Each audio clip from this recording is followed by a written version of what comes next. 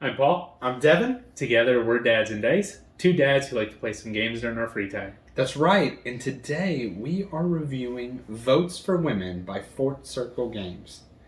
In Votes for Women, this is an asymmetrical game where the suffrage movement goes against the opposition to either ratify or reject the 19th Amendment.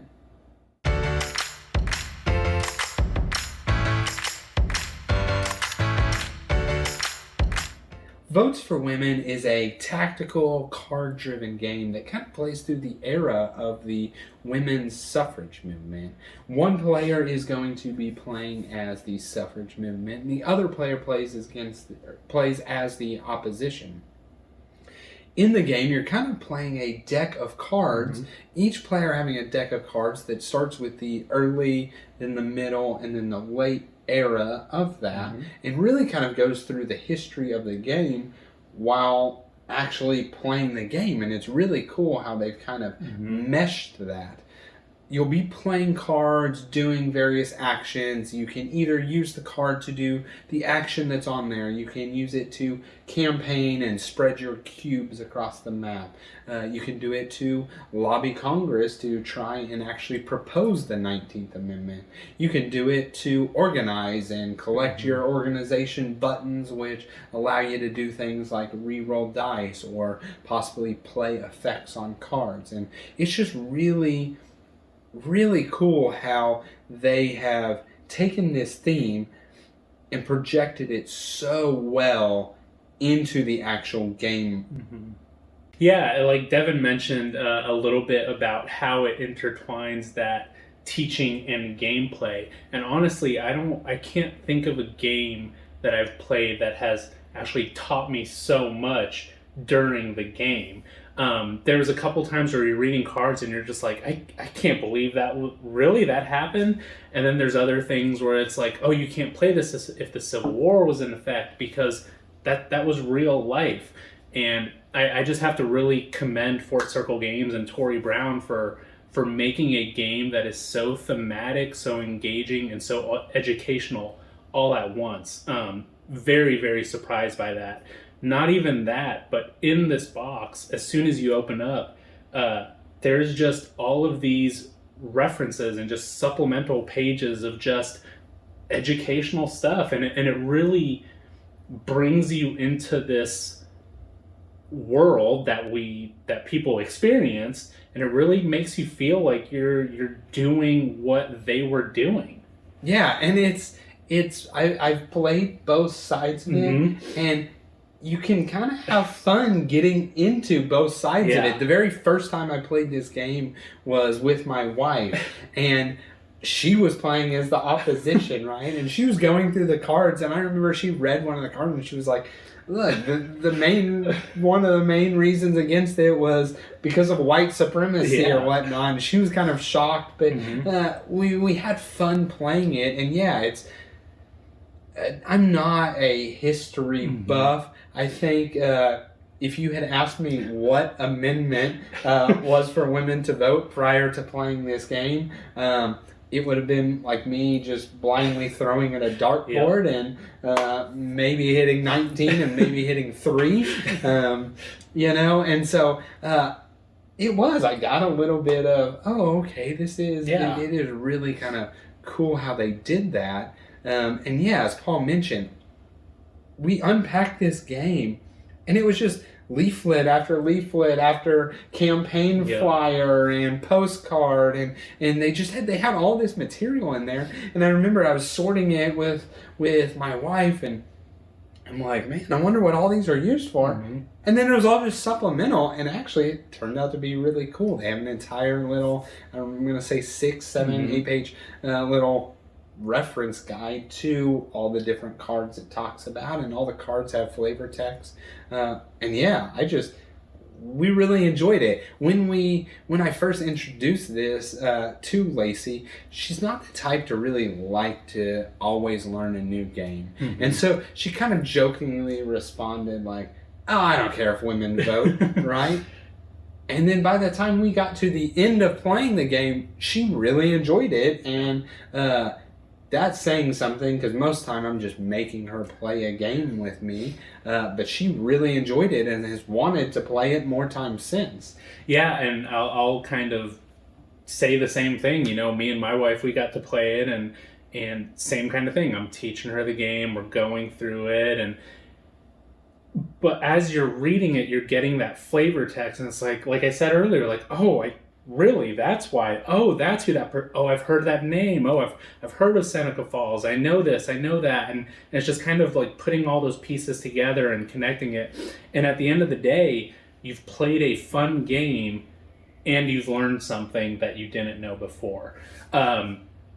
Not even just learning about this, but after we play it, we've even, I wonder what the 18th was. I wonder what the 20th Amendment. Could black people vote before women? Like, it's just all these questions going on, and it's really kind of piqued our curiosity. And it does such a good job at actually going through the entire process that this game could honestly be themed for anything else. It could be, you know, for African Americans' right to vote. It could be for, you know, anything that's going on in the present day, and have the same kind of mechanics, right? Like, this is how you introduce a bill to Congress. You need 3/4 of the states to pass it. And it's just it did a good job at, again, teaching us what was going on. Yeah. Getting into the actual game itself, I hate to word it this way, but I was so incredibly surprised by how much fun I had playing the game the first time, the second time, the third time. That I don't know how many times I've played it now, because we've kept wanting to play it. It's really is just a good game. You have this hand of 7 cards, and you're going to end up playing 6 cards throughout the round. You're going to play 6 rounds throughout the game, and both sides play differently enough that it really does feel different, and you're kind of doing different things. So when you are the opposition, you start off with a massive presence on the board. You have cubes everywhere, right? Everybody is against it. And as the suffrage movement, you start in New York. Yep. And it's defeating. Yeah, like, that is it. You start there, you've got a couple campaigners, you've got a couple cube support, and that's it. Yep. Off you go. And then the way it transitions, and it's like each round is kind of years past, is really the way it kind of works, and it works really well. And if you know anything about me, you typically know I don't like a lot of randomness in games. This game is a lot of dice rolling. It is. It's 2 different event decks of cards, and I didn't mind any of that. Yeah. I thought it did a good job with its randomness. You had buttons that let you re-roll. The dice were in a range that you kind of knew about what you were going to get, and so you could kind of plan properly. Right, I'm rolling 2 dice. I should average a 7, or I'm using the ones that go to 4. I should get 2 or 3, and it was done so well. And your starting moves were just kind of okay, I'll get some support in this state, or get some support in that state, or clear some support here. And then by the end of it, it's like, I'm placing 8 support out, and I'm exchanging for the checks or the X's, and it was just awesome how well it was done. And it progresses, like you said, right? Like, at the beginning, it just looks like you can't overcome this opposition, but by the end, it just progresses into the whole board just being covered in cubes and check marks and X's. And it seems like it could be really fiddly, but it works. Like, there's just so much stuff going on, but it just works. And that's just something that I can't get over is the randomness, the amount of components, for lack of better words, the theme that's not going to draw a ton of people in. It just all worked together, and it's an incredibly fun game. It's super tight. I think most of the times that we've played it, it's come down to either the rolling at the end or within the last, couple turns. And it's just like, who is actually going to come out on top? And that's just the sign of a good game. It's just, you don't know who's going to win until the end. Yeah, it's neat. It's asymmetrical enough, like I kind of mentioned earlier, that each side feels like they're doing something different, right? When you're the suffrage movement, it's very overwhelming at the beginning, but then at the end, you've got presence everywhere, but you still have to get 3/4 of the states. Yeah. And that's a large number when it really comes down to it, right? It's 36 states. Yeah, and so it's kind of hard to do. And then on the opposite side, when you're the opposition, you start with this massive presence that you're like, there's no way you can you're take feeling over. rich, and you play a very different game of, now I have to hold on to my quarter of states, and I have to be more strategic about the 13 I'm trying to get. And so I know that I'm locking down Missouri, and I've got a lock on Georgia, and pretty much the whole South there. Yeah, or can I snake Pennsylvania? And just it really is two different games that you're playing. And then, like Paul mentioned, the rolling mechanic at the end, right? You play this back and forth strategic game. And ultimately, for most of the games we played, I think really all but one game I have played, it's come down to the voting. Yep. So after round 6, you go to voting, and you just have a roll-off, and the higher number wins. And you get modifiers, your support adds stuff, there's cards you can play that let you roll higher dice, break ties, various things like that. And I've always had fun getting to that point, right? It's coming down to pure randomness, and I'm having a blast by that point. And that's not usual for you. Yes. Oh, we're rolling, and all right, I got it. And, that I've lost in that phase. I've won in that phase. I've had one that literally came down to 2 states left, and the opposition snaked it.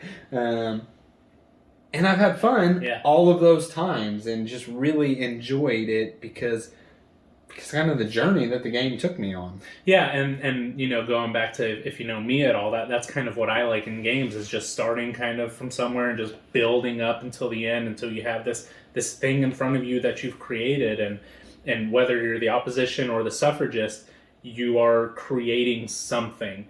And I like in the game that the opposition is actually hard to defeat, right? Like, they actually are. There's a very good chance that the suffragists are going to lose. And I appreciate that they did that in the game, because it just makes it an even more solid game, right? And going back to teaching you a little bit, it could have been that easy for it to not get ratified as well. So, I don't know. I think overall, this game has been a massive sleeper for us. Honestly, when we got it, it was kind of like, oh yeah, we'll try it out, and I don't think either of us expected to have this much fun playing this game. It's honestly been one of our top games that we've played recently. So if you haven't checked it out, we highly recommend it. Yeah, so that is Votes for Women. Obviously something that we recommend you trying. Thank you guys so much for watching. If you've made it this far, please, as always, like, comment, and subscribe. All those things help us. They help our channel grow. We'll see you on the next one.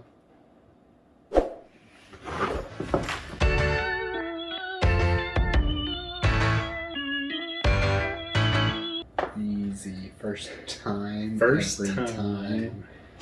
The suffrage movement is going against the... I didn't mention anything about asymmetrical. Nice. Okay. Second time every time. Second time every time. Okay, now what?